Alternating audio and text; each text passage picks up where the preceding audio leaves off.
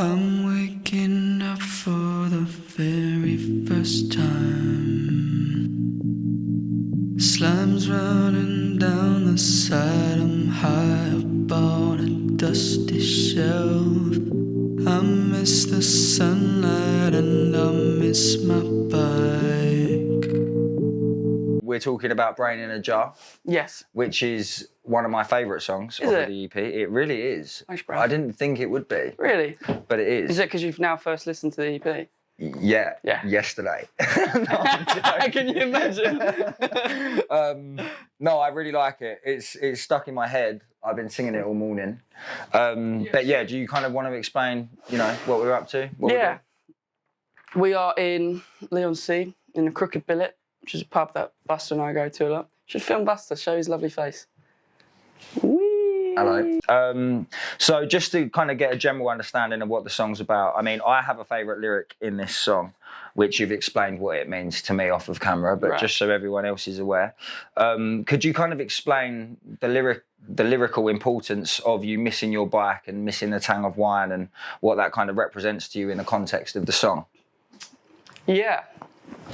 So essentially, what I was trying to say with that was, I mean, if I kind of dig back a little bit further, it's Brain in a Jar was written in a period of my life that was like this almost cosmic shift of like who I am, what my values are, how I see myself, how I see everyone around me, like my footing in on the planet. Essentially, it was this.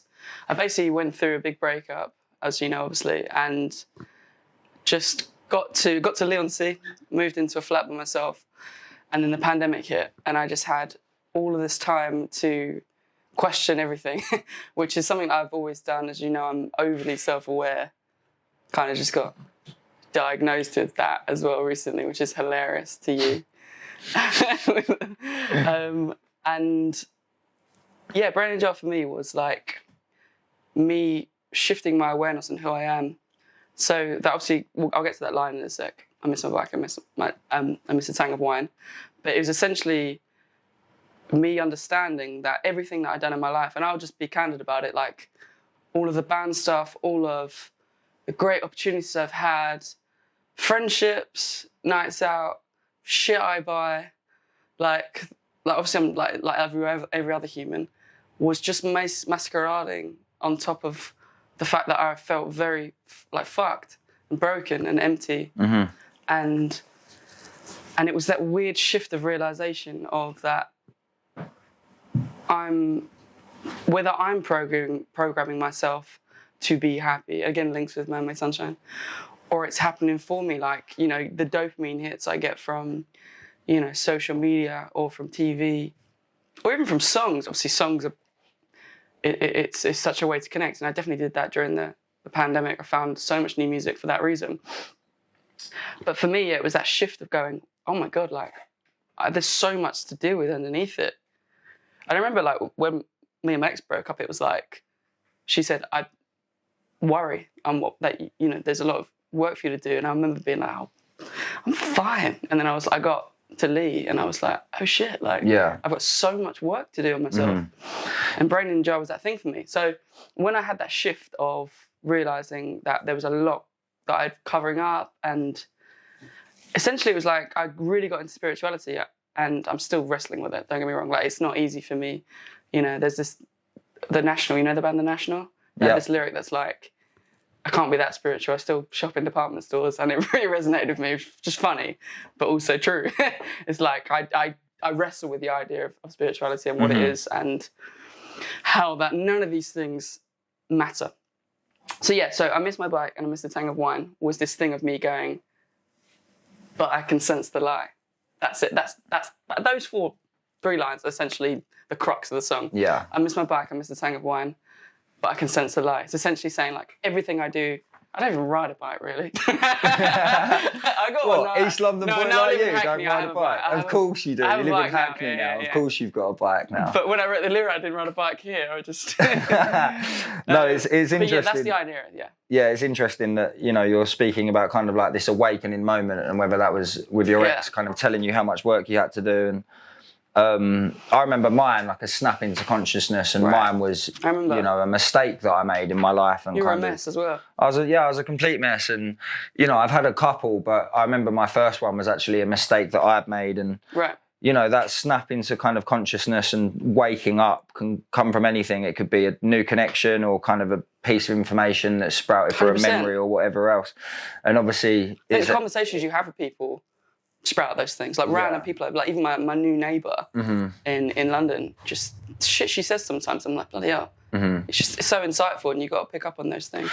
Con, just kind of speaking about because you explained the brain in the jar theory to me, which I'd never heard of myself. Yeah. Do you want to explain the theory a little bit?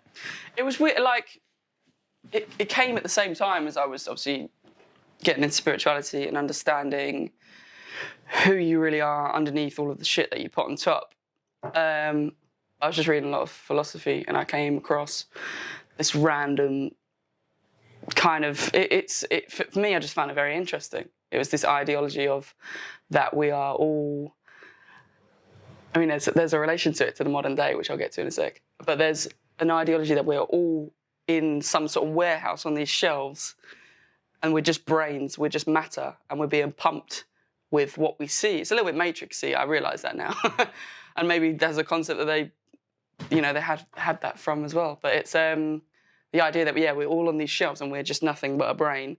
And I just really thought that was a beautiful, well, it's not beautiful, but a really scary image that we are all seeing these things that are projected around us.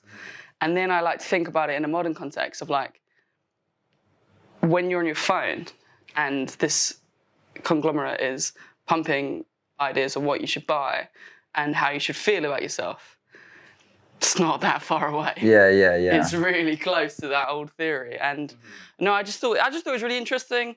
And for some reason it resonated with me, because I guess I felt at that point I was going, who actually am I? Am I a concept of the things I consume? Have I done that to myself? Am I like all the labels of what is Connor? Is he a singer? Is he this? Is he all that sort of stuff? I was just, I guess, I wouldn't like to say overthinking, but I do overthink, but it's more just questioning everything so I could like tear it apart and rebuild essentially. And it really linked for me with that. So Brain in a Jar really linked with what I was dealing with wrestling with spirituality and wrestling with who I really was underneath it all. Yeah. So that song is, in a way, it's a double-edged song. It's got two meanings that kind of into it. So when we're feeling happy, not really feeling happy, we're tripping all happy, pump like newborn cattle, and I don't wanna be stuck inside a hit. Am I even me? Am I even running here? Brain in a jar, brain in a jar, brain in a jar, brain in a jar, thoughts on a wire, brain in a jar.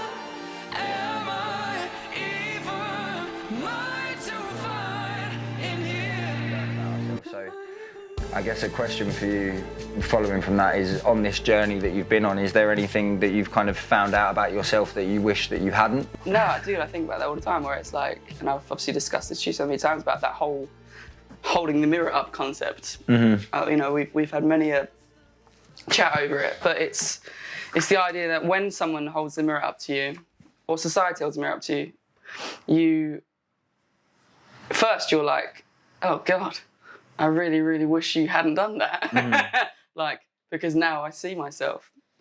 And yeah, man, like I'm constantly trying to better myself and change. But in that knowledge of, I mean, you know me, like I'm very hard on myself. I am, like, and like, you know, our boys would always be the first to be like, you blame yourself too much. But it's not blaming myself in like a victim-y way of like, sorry, that's not the right term, in like a pitying way, like, oh, it's all me. It's like acceptance. That's the difference. And it's not painful, like now I've processed it. Yeah. It's a better thing. It's most people coming out of breakups or coming out of, you know, hardships and going, oh, that's all the other person, or that's not anything to do with me. For me and you, people like yourself, it's like, I know you did the same thing when you went to Hawaii. It's like, it's going, do you know what? I own up to the fact that I need to grow, and I'm young and naive and arrogant, and I don't want to be any of those things anymore. So yeah, you're right. It's kind of dangerous when someone holds a mirror to you because you're faced with those sort of things. But I believe I am now such a different person for the better. I'm like a 2.0 version of myself. And I'm obviously, you're always trying to change and grow. But I'm proud of who I am now. So yeah, it's definitely tough when that sort of thing first happens, but that's life. It's literally just life. It's like growing up, trying to shed your old skin. Some people, you know, and even where we grow up, you know, there's some people just stay the same since they're 15 and they'll die the same. Mm-hmm. And they'll keep fucking up and they'll keep, you know, just kind of shitting over everyone and everything. And I don't want to be that way, and neither do you, you know. Do you think it's like I don't know, it's really interesting. It could be a generational thing as well, you know. It could be like a trickle down, isn't it? It's what we've learned and what we... Yeah, of course it is, but it's kind of, I don't know, do you worry that this is a conversation maybe to be having, you know, years and years before we need to, but do you worry that it's going to go too far the other way? In a sense of, you know, our parents were kind of like, suck it up, get on with it. Mm. And then as generations kind of go down, it's gonna go the other way? Or do you... No, what I believe about it is like, there's a difference between being aware of the shit that you need to deal with and then never dealing with it and complain about it for the rest of your life. That's not strong for me. It's like, having that awareness, learning to deal with it, learning to live with it is what's strong. I don't think that could get worse. I mean, I know obviously we live in a world where everyone's terrified all the time and people complain about everything all the time, but that's just on the internet. I'm talking about like real, true kind of emotions and mental health issues. I don't think, in my opinion, I think it's always best to be talking about it, even in like 20, 30 years. I think with our kids, I would encourage them at an early age to be open with how they feel, because then they have that learned behaviour of going, I don't feel so good today, what can I do about it? And then they question themselves, like, oh, okay, actually, is it that bad? Am I okay? Yeah, I'm okay.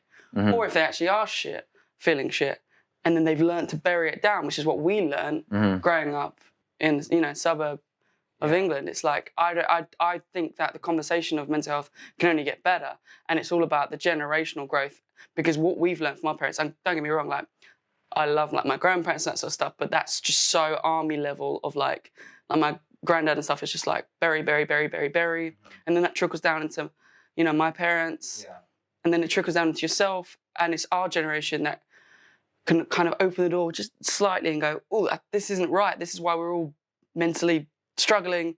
Hopefully we can open the door even more to our kids and be like, no, talk about it. How you feeling? You good? Cool. Let's move on. Or like, how can we help deal with this? It wasn't that for us growing up. It wasn't that. And if that was the case with some kids growing up, then that's awesome. I'm really glad for you. But in terms of where we live, that was definitely not. Yeah, definitely not the case. But yeah, I do believe that that's the future of it. It's like, at least with my kids, and I imagine with yours, it's like being really open with them about it and allowing the space of awareness. It's like, I think the best tool you can teach your kid is to be emotionally aware. It doesn't mean to be overly emotional and complain about everything. It's just being emotionally aware of how they feel, good, happy, sad, and then being like, cool, you know, having that awareness and acceptance. Awesome. Cool. I really like Brain in the Jar, man. Thanks, dude. Genuinely. And you know I would tell you if I didn't. Yeah, man. Yeah, I've definitely written songs you like, shite, mate. Yeah, for sure. Was that all right? Yeah, I thought that was good. I want to get some B-roll of you just walking along kind of like the wall up there and stuff. Cool. Yeah? How about me pouring a pint? Yeah, we can do that. I used to work in a bar, so. Build something up just to knock it down. Live a quiet life in a quiet town. Live a quiet life in a quiet town. What was the name of your childhood teddy bear? Childhood teddy bear? I had have you ever had those big purple people eaters? I used to have a song. It used to be like, I've got one eye, one hole, flying purple people eater. One eye, one hole, flying purple people eater. That was my favourite teddy. It was cute. Oh shit, this is quite high. But that was my teddy. I don't really have teddies. You didn't have a Only teddy? child. No. That's sad. You had cats and stuff, didn't I you? had too many cats. I can sense the light. Can you sense the light?